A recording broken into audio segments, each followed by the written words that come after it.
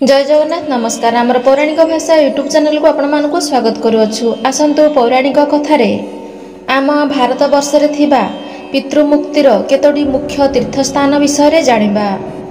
साधारणतः पूर्वजों प्रति श्रद्धारे श्राद्ध करने पक्ष हेउछि पितृपक्ष वा अपरपक्ष। एही अपरपक्ष साधारणतः आश्विन मासर कृष्ण पक्षर प्रतिपदा ठारू आरंभ होई अमावास्या पर्यंत 15 दिन को बुझाई थाए। एही वर्ष अपरपक्षटी सेप्टेम्बर 18 तारिख ठारू आरंभ हेउअछि एवं अक्टोबर 2 महालय दिन समाप्त हेउअछि।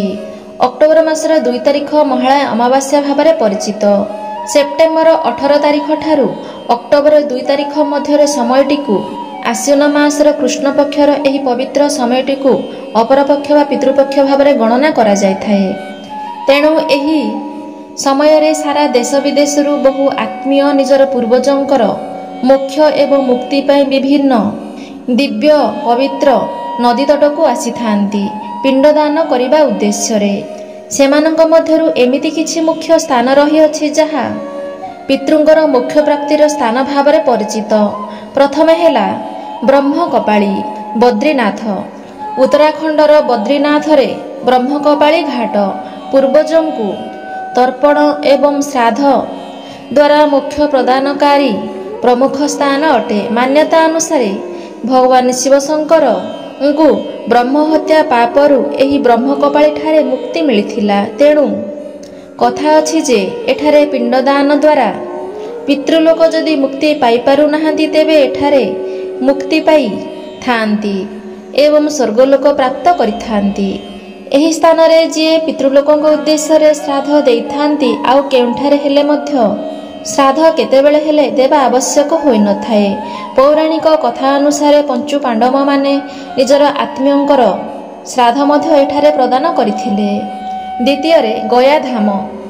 बिहार गयाधाम को पितृपक्ष रे बहु आत्मीय माने निजर पूर्वजंकर मुक्ति पाई पिंडदान उद्देश्य रे आसी थांती। मान्यता अनुसार एठारे पितृलोकों को श्राद्ध प्रदान कले पितृलोक वैकुंठ लोक को गमन करिथांती। पौराणिक कथा अनुसार एठारे भगवान श्रीहरि विष्णु स्वयं विराजित एवं भगवान श्री रामचंद्र निज पिता राजा दशरथं को एठारे पिंडदान करिथिले। जेहेतु एठारे भगवान श्रीहरि विष्णु प्रत्यक्ष भाव विराजित अटंती तेणु एठारे पिंडदान द्वारा पितृलोक वैकुंठ लोक गमन करिथांती। तृतीय रे तीर्थ स्थान मानक मध्य सबुठारु बड़ तीर्थ भाव प्रयाग धाम को विवेचना करा जायछि।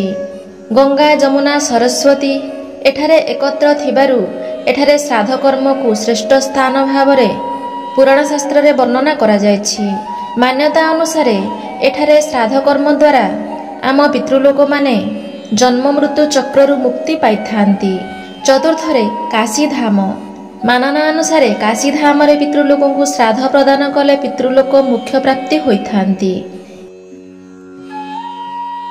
एवं पंचम रे उत्तराखंडर हरिद्वार। मान्यता अनुसार एठारे केवल स्नान द्वारा समस्त पापरु मुक्ति मिलिथाए एवं पितृपक्ष रे एठारे पितृं को श्राद्ध प्रदान कले 2 गुण फल प्राप्त होइथाए एवं पितृलोकों को मोक्ष प्राप्ति मिलिथाए। देखिबाकु गले प्रथमे प्रयाग धाम विष्णुनगरी अटे।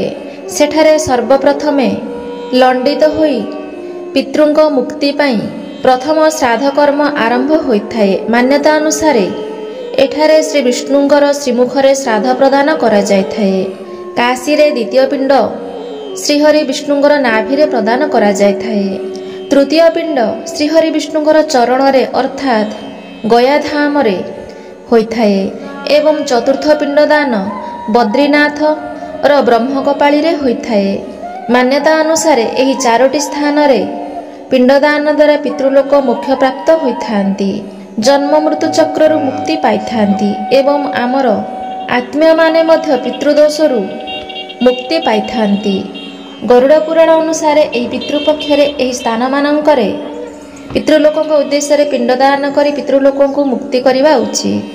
ए थिला पितृपक्षर किसी दिव्य सूचना। जदि आपण मानक आम सूचनाटी भल लगी था निहाती भिडियोटी को लाइक करेंगे, शेयर करेंगे, भिडियो को निहाती गोटे कमेंट करेंगे एवं एहीपरि किसी दिव्य आध्यात्मिक भिडियो देखिबा पई ଆମ ଚ୍ୟାନେଲକୁ ନିହାତି ଗୋଟେ ସବସ୍କ୍ରାଇବ୍ କରିବେ। ଜୟ ଜଗନ୍ନାଥ।